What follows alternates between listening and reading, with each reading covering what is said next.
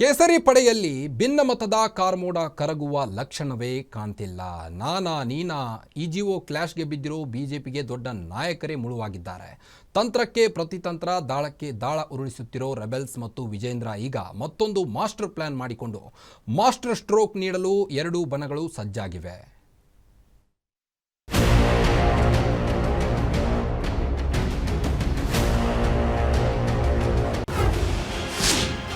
ಕೇಸರಿ ಕೋಟೆಯಲ್ಲಿ ಮತ್ತದೇ ಭಿನ್ನಮತದ ಬೇಗುದಿ.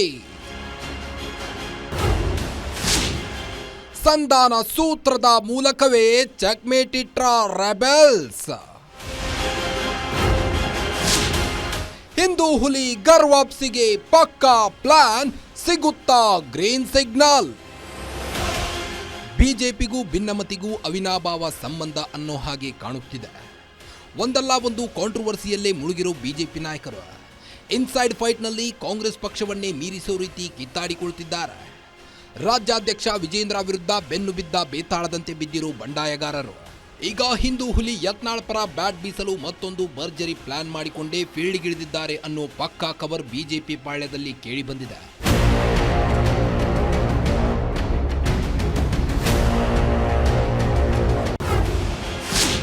ಸಂಧಾನವಾದ್ರೂ ಅಂದು ವಿಜೇಂದ್ರ ವಿರುದ್ಧ ಟಾಕ್ ವಾರ್. ರೆಬೆಲ್ ಯತ್ನಾಳ್ ಉಚ್ಚಾಟನೆಗೂ ಇದೇ ಆಯ್ತಾ ಬಿಗ್ ರೀಸನ್.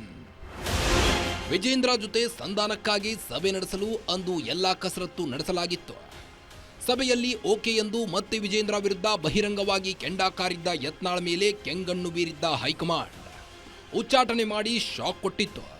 ಕಾಲ ಕಳೆದಂತೆ ಹೈಕಮಾಂಡ್ ಕೋಪವು ತಣ್ಣಗಾಗಿದ್ದು ಈ ಕೂಲ್ ಟೈಮ್ ಅನ್ನೇ ಬಳಸಿಕೊಳ್ಳಲು ಯತ್ನಾಳ್ ಫ್ರೆಂಡ್ಸ್ ಪ್ಲಾನ್ ಮಾಡಿಕೊಂಡಿದ್ದಾರೆ.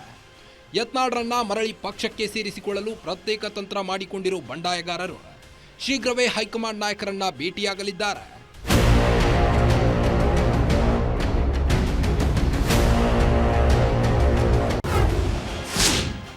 ಹಿಂದೂ ಹುಲಿ ಗರ್ವಾಪ್ಸಿಗೆ ಪ್ಲಾನ್, ರಾಜಾ ಹುಲಿ ಕೌಂಟರ್. ರೆಬೆಲ್ಸ್ ಆಟಾಟೋಪಕ್ಕೆ ಬ್ರೇಕ್, ಬಿಎಸ್ವೈ ಕೊಡ್ತಾರಾ ಟಕ್ಕರ್.